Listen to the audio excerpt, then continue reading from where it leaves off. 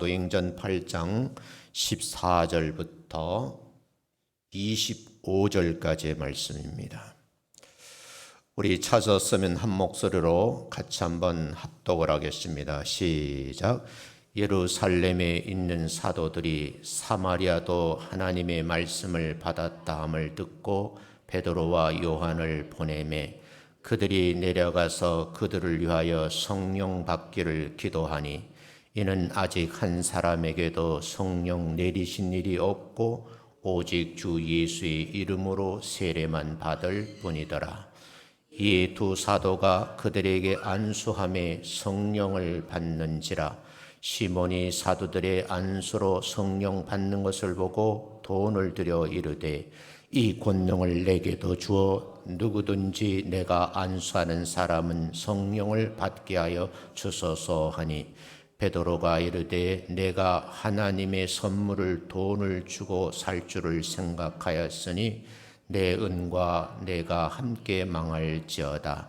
하나님 앞에서 내 마음이 바르지 못하니 이 도에는 내가 관계도 없고 분깃될 것도 없느니라.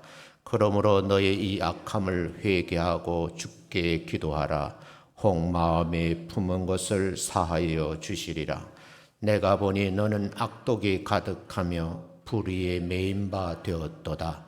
시몬이 대답하여 이르되 나를 위하여 주께 기도하여 말한 것이 하나도 내게 임하지 않게 하소서 하니라. 두 사도가 주의 말씀을 증언하여 말한 후 예루살렘으로 돌아갈새 사마리아인의 여러 마을에 복음을 전하니라. 아멘. 옆 사람하고 인사합니다. 만나 뵙게 돼서 반갑습니다. 인사합니다. 제 앞에 앉아주셔서 고맙습니다. 인사합니다. 다시요, 가까이 오늘 보니 참 밝아 보이십니다. 인사합니다. 다시 한번요, 성령 충만함을 받으시다. 본문 내용을 좀 설명을 할게요. 예루살렘에 있는 사도들에게 소식이 들려왔어요. 사마리아에도 하나님의 말씀을 받은 사람이 있다. 이 소식을 듣게 된 거예요. 그래서 베드로와 요한을 보냈습니다. 이분들이 성경에 보면 쉬운 내려가서, 그런데 사마리아는 실제 예루살렘 북쪽에 있는 곳이거든요. 그들을 위하여 성령 받기를 기도했다 그랬어요. 그 순서가 먼저 말씀을 받는 것이 전제되어야 되고 그 다음에 성령 받기를 위해서 기도를 했다, 그런 말씀이죠. 16절에 보면 아직 한 사람에게도 성령이 내리신 일이 없다 하는 거예요. 단 하나 예수의 이름으로 세례만 받은 사람이 있었다는 거예요. 이때에 예루살렘에서 내려온 사도들이 사마리아 사람들에게 안수를 했습니다. 그랬더니 성령을 받게 되었다는 거예요. 자, 순서적으로 말씀을 받는 것이 첫 번째 할 일이고, 두 번째는 주변에 있는 사람들이 이 사람들이 성령 받기를 위해서 간절한 마음으로 기도를 해줘야 된다는 거예요. 그리고 성령 충만한 사도들이 안수할 때에 이들에게 성령이 임했다는 거예요. 이게 14절부터 17절까지의 말씀이고, 18절에 보면 이 광경을 가만히 지켜보고 있었던 사람이 한 사람이 있었는데 그 사람이 시몬이라고 하는 박수무당이에요. 이 사람이 가만히 보니까 사람들이 성령 받는 것을 보게 되었죠. 그래서 사심이 들어간 거예요. 거래를 합니다. 돈을 주면서 이 권능을 내게도 달라고 간청을 합니다. 그러면 내가 이 능력을 받게 되면 내가 안수하는 사람들이 성령 받을 수 있지 않겠느냐 하는 그런 제안이에요. 이 사심을 꿰뚫어 본 제자 베드로가 얘기를 하죠. 하나님의 선물, 성령이 하나님의 선물이라는 거예요. 하나님의 선물을 돈을 주고 살 줄로 생각하였으니 너는 은과 함께 망할 것이라고 참으로 안타까운 소식을 전합니다. 이때에 구체적으로 22절에 설명을 하니까 내 마음이 바르지 않다. 사심을 품었단 말이죠. 그래서 말씀과 관계도 없고 너에게 분깃이 될 것도 없다라고 말씀을 하시면서 다시 기회를 줘요. 이 악함을 회개하라는 거예요. 누구에게요? 성령을 보내신 주님께 기도하라는 거예요. 만약에 그 기도를 하게 되면 마음에 품은 것을 사함을 받을 수도 있을 것이다 하는 거예요. 그러면서 23절에 보면 사심을 품고 돈으로 거래하는 이 사람에게 평을 하기를 악독이 가득한 사람이고 불의에 매인받은 사람이다 이렇게 소개를 합니다. 이때 시몬이 정말 간절한 마음으로 간청을 해요. 주께 기도하여 말한 것이 하나도 내게 임하지 않게 해달라고 간청을 하는 거예요. 자, 우리는 이 말씀을 보면서 두 부분을 나누어서 생각해 볼 수 있어요. 전체 흐름으로 보면 본문을 위해서 두 가지가 전제되어야 되는데 사도행 8장의 주요 내용을 5가지 소주제로 요약할 수가 있고요. 두 번째는 성령님이 어떤 분이신가를 알아야 된다는 거죠. 자, 그 내용은 내용이 굉장히 방대해요. 그래서 제가 작성한 설교 원고가 13페이지예요. 기회가 되면 여러분에게 톡에 올려드릴 테니까 자세히 한번 읽어보았으면 좋겠어요. 이 내용에서 중요한 것은 여러분이 꼭 알려드려야 되겠는데 성령님은 어떤 분이신가요? 성경에서 말씀하신 성령님은 삼위 육격을 가지고 계신 성령 하나님이세요. 이분은 위로자가 되시면서 동시에 진리의 영이라고 말씀하시고요. 성화의 영일 뿐만 아니라 의로움의 영이라 이런 다양한 이름으로 불려지는 거예요. 예수님께서 십자가에서 고난을 당하시고 죽음을 맞이하시죠. 3일 동안 여러분 무덤에 계시다가 부활하셨어요. 부활하신 영체를 가지고 이 땅에 40일 동안 계셨는데 이제 틀림 받아서 하나님 보좌 우편으로 올라가시죠. 근데 가시면서 하신 말씀이 내가 가지만 성령님을 보내주시겠다라고 말씀을 하셨는데 그 성령님이 우리를 가르치신다는 거예요. 위로해 주신다는 거예요. 강한 도움자가 되어주시겠다 그렇게 말씀을 하셔요. 오늘 이 말씀을 들으시면서 성령님으로부터 가르침을 받으시고 위로받으시고 강한 자의 도움이 되신 하나님을 꼭 믿는 여러분 되시기를 주의 이름으로 축원합니다. 성령님을 믿는 자들에게는 어떤 현상이 나타나느냐? 마음과 영이 맑아진다는 거예요. 빛이 난다는 거거든요. 그런가 하면 성령을 믿는 사람들에게는 하나님과의 교통이 가능해진다 그래요. 그래서 매일매일 기도할 때마다 성령님을 의지해서 기도하면 온전한 교제가 이루어지고 맑은 영혼을 유지하게 될 줄로 믿습니다. 그런가 하면 그분의 인도하심을 받으면서 하나님과 깊은 관계를 유지할 수 있다 그래요.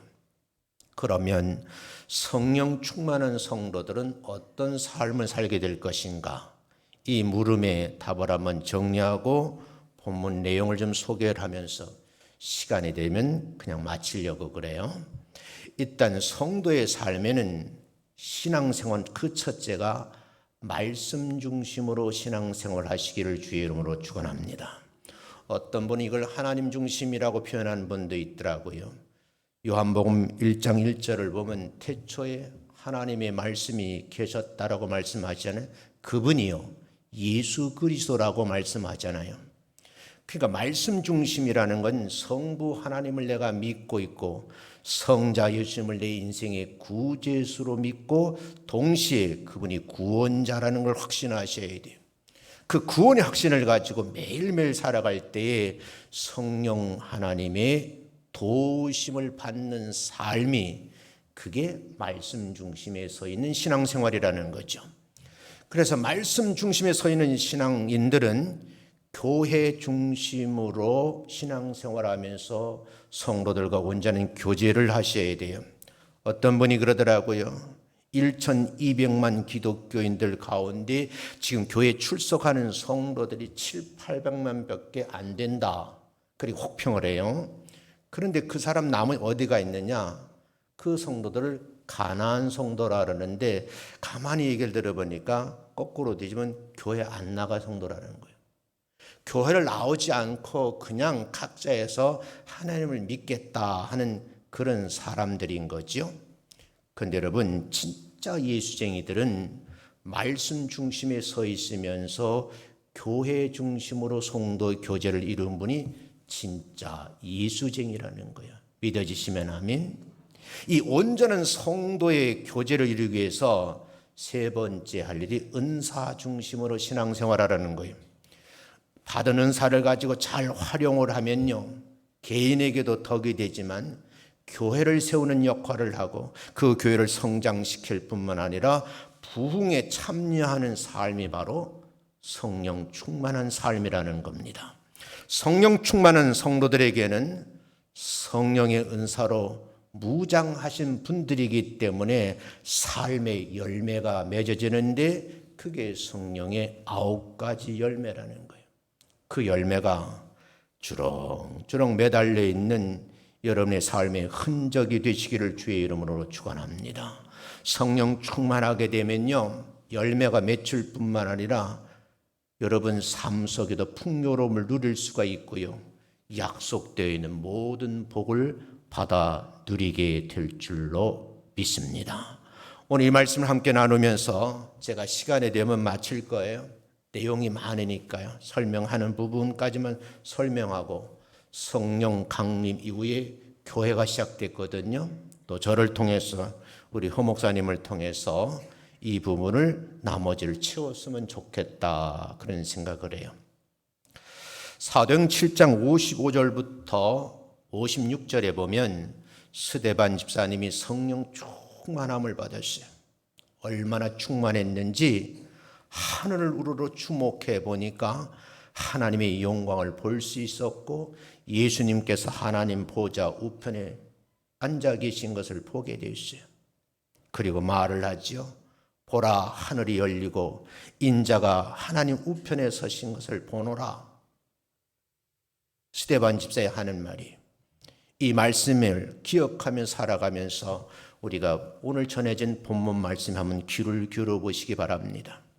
그 내용을 분석해 보니까 제일 먼저 당시 사마리아 사람들은 성령님의 존재를 알지 못했다는 거예요. 이 말이 무슨 말일까? 이렇게 한번 정리를 해보겠어요. 영적 세계에 무지하면 신앙생활의 장애자입니다. 우리가 이걸 알아야 돼요. 그렇다고 하면 무지를 자랑해서는 안 된다는 거죠.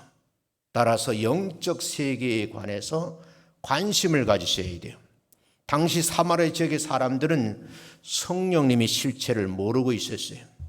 사도행 8장에 전한 이야기를 통해 확인할 수 있는 내용인데, 사마리아 지역 사람들은 성령에 대한 이해와 경험이 없었던 그런 부족한 상태였다는 거죠.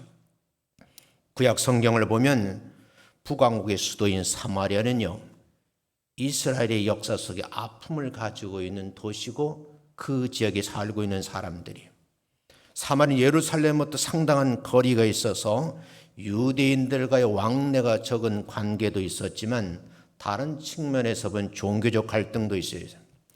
이로 인해서 성령에 대한 올바른 가르침을 받을 수 있는 기회도 없었을 뿐만 아니라 기도를 통한 성령의 임하심의 경험을 기도할 수가 없었다는 거예요. 왜 그랬을까요? 먼저 성령의 충만한 무리들이 있어야 되고 그 무리들의 기도에 의해서 성령이 임하시기 때문입니다. 그러나 하나님의 뜻하심은 그럼에도 불구하고 사마리아인들이 성령의 권능으로 인도함을 받고 새로운 이해와 더불어서 경험을 했으면 좋겠다 하는 하나님의 뜻하심이 계셨어요. 이에 대해 베드로와 요한이 마침내 사마리아에 도착하게 되죠. 성경을 보면 도착하자마자 이 지역의 사람들에게 성령이 이분들에게 임했으면 좋겠다 하는 간절한 마음을 품고 성도들에게 손을 얹고 안수기도한 모습이 구체적으로 기록이 되어 있어요. 이 사마리아 사람들이 사도들의 안수를 받는 순간에 성령의 내리심, 그 임하심을 체험할 수가 있었고 그에 따른 새로운 영적 체험을 하는 계기가 되었다는 겁니다. 이로써 그들은 성령님을 알게 되었고 성령님을 알고 그 성령을 사모하다 보니까 사도들의 안수로 인해서 성령의 충만함을 입잖아요. 여기서는 목사도 매일매일 성령님의 간구하심을 나는 끊임없이 기도하거든요. 왜냐하면 이 설교 원고가 내가 읽으면 그냥 강의가 되어버려요. 연설이 되어버린다고요. 그러나 성령의 임재가 임하시기를 위해서 원고를 닫으며 기도를 쏟아붓고 말씀을 계속 연구하죠. 제가 이 예배에 들어오기 전 1시간 전까지 원고를 다듬었어요. 그 다듬는 이유는 하나님 내가 쓴 글이지만 성경에 기초했습니다. 말씀에 기초했습니다.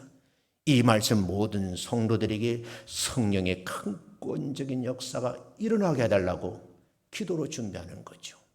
사랑하는 성도 여러분, 성령의 도우심이 없으면 설교도 불가능하다 그런 얘기죠. 본문에서 당시 사마리아 사람들이 성령님에 대해서 무지했어요.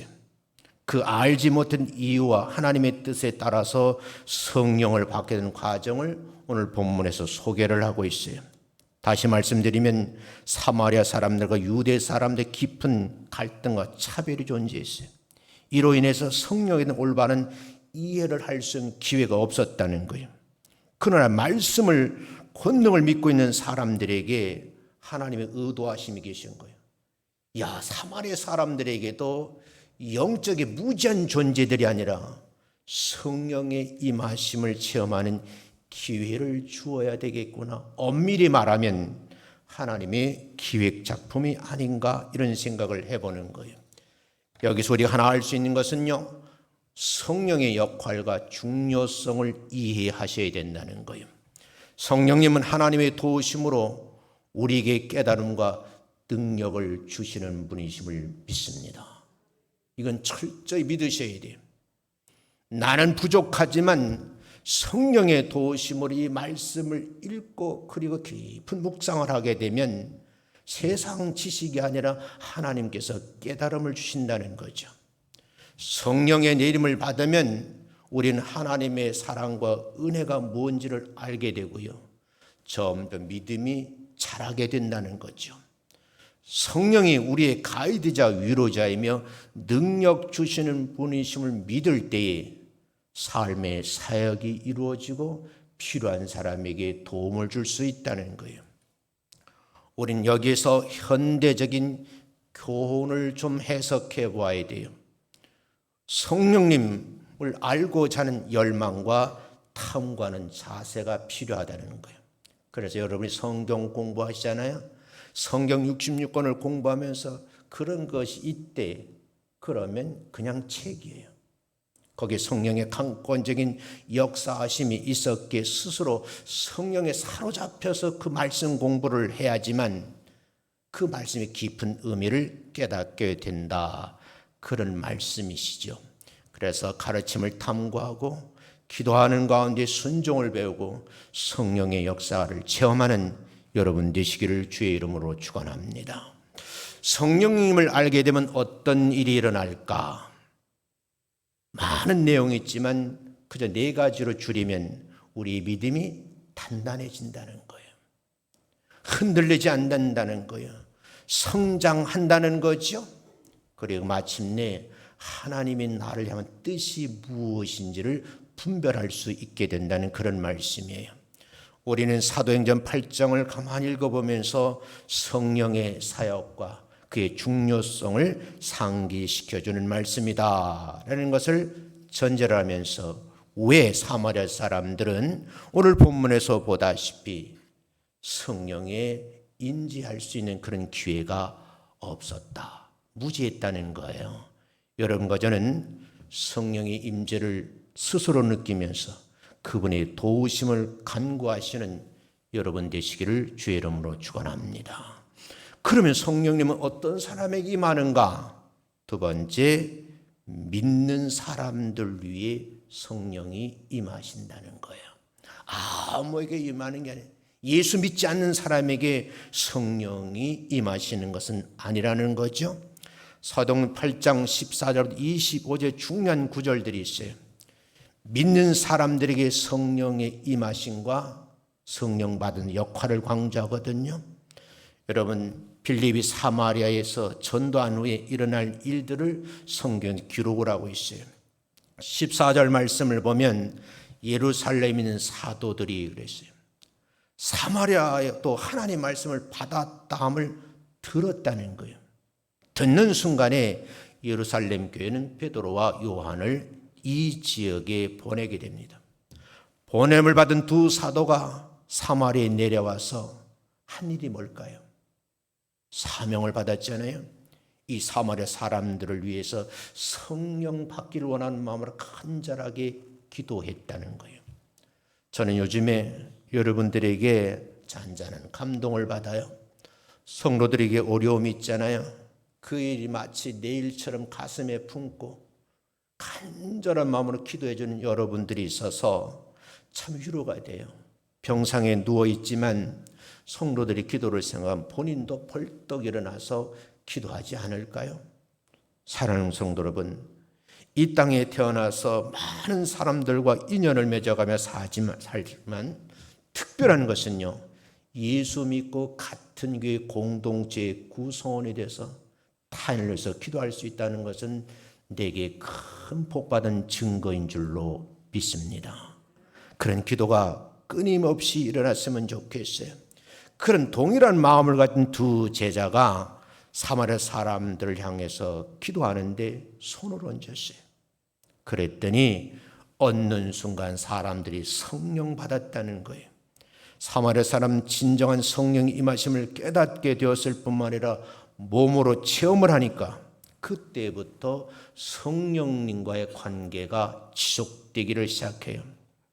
여러분, 이 광경을 가만히 살펴보면 놀라운 일들이 있어요. 그런데 그 가운데에 박수무당이 있잖아요. 이 성령이 이 마음을 먹고 사도들에게 돈을 주고 권능을 사고자 했어요. 불순한 동기죠. 사심이죠. 이기적인 접근을 했는데 사도들은 이 박수무당의 마음을 강하게 규탄을 해요. 부정하다는 거죠. 예수 그리스도를 찾는 진정한 믿음을 가진 사람들에게만 성령이 임하심을 믿고 기도하고 간구하시는 여러분 되시기를 주의 이름으로 축원합니다. 우린 이 부분을 자세히 살펴봐야 돼요. 사심을 품지 말고 내 마음 본심이 성령님을 사모하는 마음을 가지고 끝까지 기도하여 인내하시는 여러분 되시기를 주의 이름으로 축원합니다. 이 내용이 참 방대해요. 이거 다 소개할 수가 없어요. 그럼에도 불구하고 세 번째, 성령님에 대해서 오해를 받는 경우도 있었다는 거예요. 무슨 오해인가? 본문에 보면 사마리아 선교하는 베드로와 요한의 이야기가 소개됐는데 그때에 안수하는 장면 속에 사마리아 사람의 성령이 임하는 것을 본 점술가 박수무당이 있어요. 이 사람이요, 가만히 보니까 이것을 내가 가지면 부를 축적할 수 있을 것 같아요. 요즘도 보면요, 이런 사역하는 분들이 없지 않아 있어요. 저는 단언코 말을 하는데 하나님의 일을 빙자해서 개인적 부를 축적하는 자는 하늘의 상급이 없습니다. 그건 분명합니다.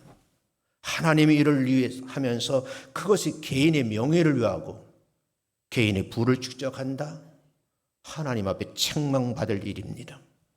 여러분, 이 가운데 시몬이라는 사람은 하나님의 성령의 역사를 강권적으로 자기도 체험하고 그런 체험 하나님과 더 깊은 관계를 이루어야 되는데 사심에 들어간 거예요. 돈이 목적이 된 거죠. 여러분, 여기서 우리가 또 다른 깨달음을 얻게 되어야 된다는 거죠. 여러분, 두 번째 오해는요, 성령은 사람의 통자에 놓여야 된다. 사람이 이래라 저래라 하는 그런 분이 아니시라는 거예요. 우리 교계에 유명한 목사님이 설교하시다 그런 거더라고요. 뭐가 잘못됐습니다. 경청하라는데요. 어떻게 목사님들 입에서 성령 받으라고 그런 말을 하느냐고 그러더라고요. 가만히 들어봤어요. 그분이 하는 말씀은 성령 받으라 그 말 자체에 어폐가 있다는 거예요. 성령님은 하나님이시거든요. 하나님 받아라 그 말이 되느냐고 반문을 하시는 거예요. 여러분, 성령님을 받기를 사모하면 충만하게 임할 줄로 믿습니다.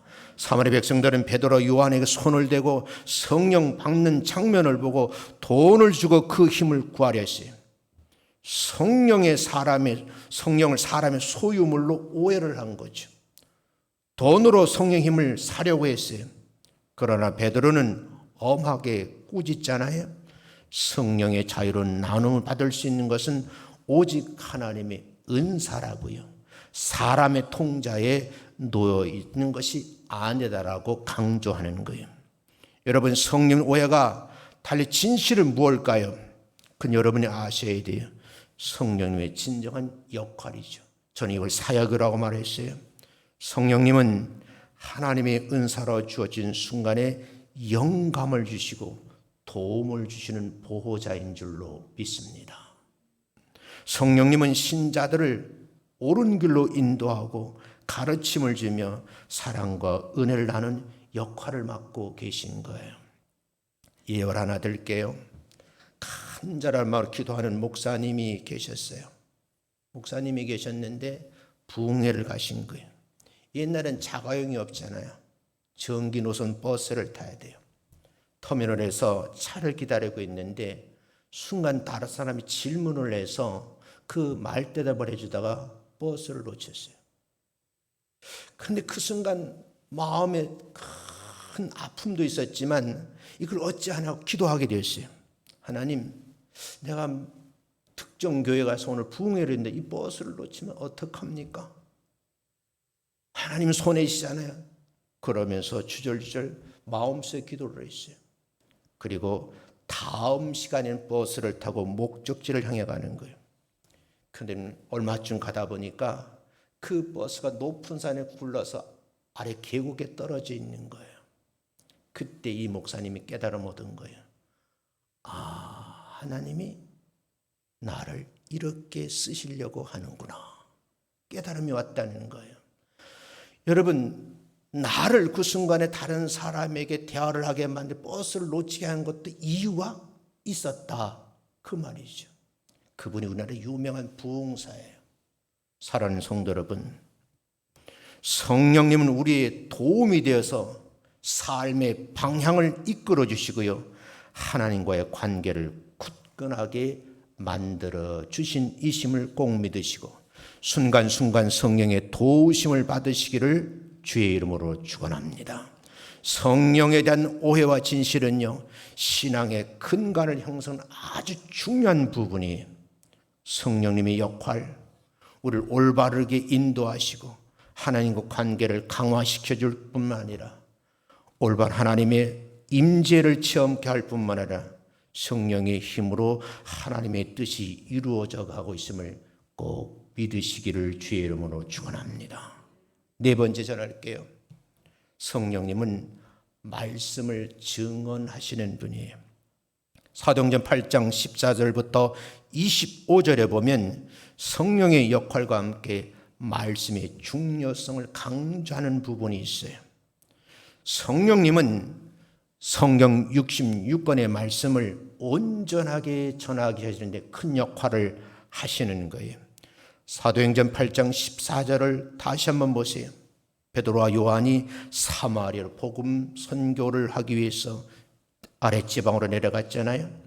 사마리아 사람들이 성령으로 말미암아 받은 기적의 일들을 보시고 성령에 대한 믿음을 갖게 하시려고 사도들을 보내신 거예요. 나를 왜 예수 믿게 했을까? 나를 왜 성령 충만한 성도로 이 시간 나를 세우셨을까?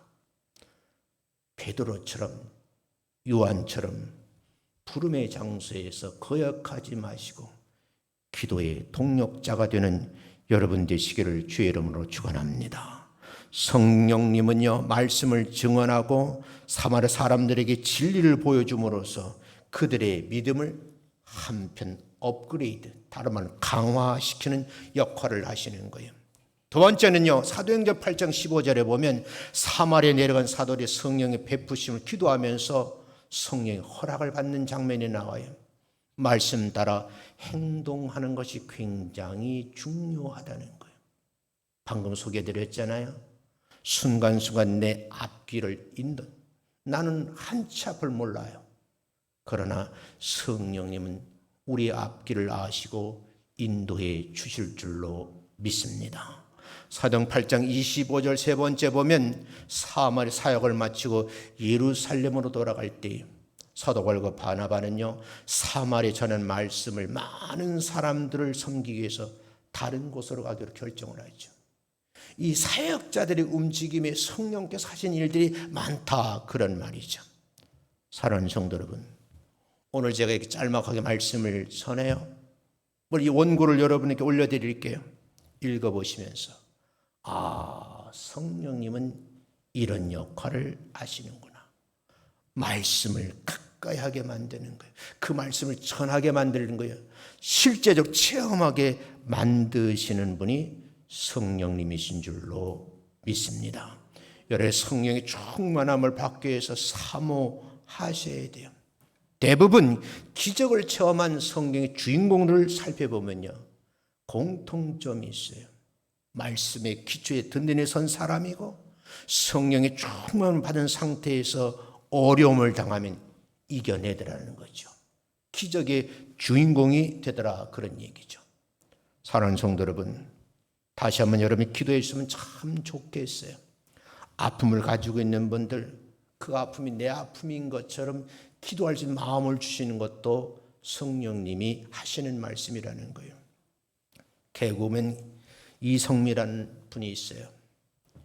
이분이요, 자기 동료 후배가 암에 걸려서 상담을 하는데 이분의 아픔을 도저히 이해할 수가 없더라는 거예요.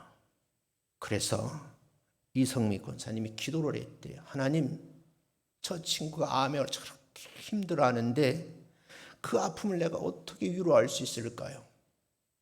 그런 가운데 이분도 암에 걸렸어요. 그리고 암의 진단을 받고 이 친구에게 후배에게 전했어요. 아무개야, 내가 암에 걸려보니 네가 얼마나 큰 아픔을 겪고 있는지 이제 내가 알겠다. 그러면서 둘이 서로 얼싸안고 울면서 성령의 도움, 치유함을 간구했다고는 그분의 간증이에요. 사랑하는 성도 여러분, 때로는 나에게 아픔을 주잖아요. 때로는 나에게 큰 고통이 있어요.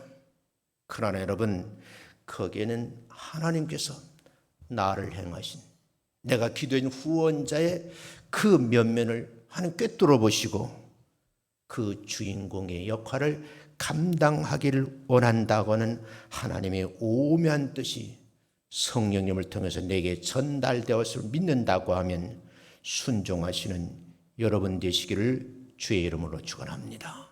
그러기 위해서 몇 가지 결론적으로 주문을 여러분에게 드리고 싶어요. 첫 번째, 성경을 깊이 연구하고 묵상하라는 거예요. 그게 여러분이 할 일이에요. 그냥 읽으면 안 돼요. 성령의 조명을 바라시면서 그때 뜻깊게 자리를 정하고 마음을 같이 해서 성경을 좀 깊이 연구하세요. 그리고 그 말씀 묵상하세요. 그럼 하나님께서 놀라운 섭리로 여러분들을 앞길을 인도해 주실 줄로 믿습니다. 두 번째는요, 성령의 인도를 구하고 그의 도움을 청하라는 거 철저하게 청하셔야 돼요. 그냥 가만히 있으면 안 돼. 하나님, 내가 이런 어려움에 처했습니다. 나는 할 수가 없습니다. 하나님께서 도와주셔야지만 내가 이 위기를 이겨낼 수 있습니다. 여러분, 그렇게 도움을 청하시는 여러분 되시기를 주의 이름으로 축원합니다. 그 다음 세 번째가 더 중요해요. 말씀대로 살려고 몸부림을 치셔야 되는 거예요. 말씀을 실천해야 돼요. 다시 말하면 행동하는 그리스도인이 되라는 거예요. 저희가 아주 친한 패친 장로님이 계시거든요. 그 장로님이 글을 많이 써서 저한테 보내줘요. 지난번에 놀라운 글을 한 편 소개를 했어요. 그러면서 마음의 찔림을 제가 받았어요. 그 지역에 어떤 장로님이 집에 갔더니 정말 아주 귀한 것을 이분에게 주더라는 게 고마움으로 받았대요. 차를 한잔 깊은 얘기를 나누었어요. 그런데 이건 예수 믿해서는 안 될 일을 하고서는 그게 하나님의 은혜라고 고백하는 장로님의 이야기를, 그 간증을 들으면서 정말 아연실색했다 그러면서 선물이 아니라고 그렇게 글을 써놨더라고요. 사랑하는 성도 여러분, 우리가 성령의 사역을 믿는다고 하면, 이 말씀 액면 그대로 믿는다고 하면 행동하는 그리스도인이 되시기를 주의 이름으로 축원합니다. 또한 이 가지 마지막으로 할 수 있는 이 말씀을 나누고 공유하라는 거예요. 목사가 설교를 자꾸 공유를 하잖아요. 그런 것처럼 살아있는 믿음의 세계에서 내가 체험한 것을 나누시는 여러분 되시기를 주의 이름으로 축원합니다. 그것이 성도에게 올바른 교제라는 거죠. 성령님은 말씀을 증언케 하셔요. 나의 믿음을 성장시키고 나를 변화시키기를 원하셔요. 그래서 우리는 성령의 도움을 받아 말씀을 깊이 연구할 뿐만 아니라 그 느낌, 필, 이해가 되면 삶에 적용을 하셔야 그게 진짜 예수쟁이에요. 저도 바깥에 많은 유혹을 받잖아요. 근데 여러분, 그 유혹을 물리치려 굉장히 노력을 해요. 그 유혹을 물리치는 그런 힘이 누가 주시느냐? 성령님이 내게 주시는 거예요. 아무개 목사야, 너 그거 받으면 안 되는데, 너 그 일하면 안 되는데, 너는 목사잖아. 왜 세상들은 똑같이 그러려고 하지? 자꾸 제 마음속에 들려오는 거예요. 때로는 그쪽에 가면 많은 이익을 누릴 수 있어요. 저분을 따라가 많은 혜택을 받을 수 있어요. 그럼에도 불구하고 성령은 나를 조명하시잖아요. 아무개야, 너는 한 교회 목사가 아니니? 네 실체가 드러나면 거기에 모든 성도들이 실망할 텐데 내가 꼭 그 일을 해야 되겠니? 하고 저희가 자꾸 말씀하시니까 그 자리를 뿌리칠 수 있는 용기고, 그 높은 분의 손을 잡는 것을 제가 뿌릴 수 있는 힘이, 용기가 생기는 거예요. 한때는 제가 특정인 분에게 5시간 반을 붙들려 있으면서 정말 심한 그런 요구를 받은 적이 있어요. 네, 그때 마지막 한 말이 있어요. 저는 못합니다. 저는 목사입니다. 내가 아무리 세상적 지위가 높고 좋다 한다 할지라도 그렇다면 난 이 교수직을 버릴 겁니다라고 단호하게 말한 적이 있어요. 사랑하는 성도 여러분, 나는 하나님을 믿는 사람이고 성령의 지배를 받는 사람이고, 그 지배 속에서 성령의 것은 강권적으로 일어날 줄로 믿습니다.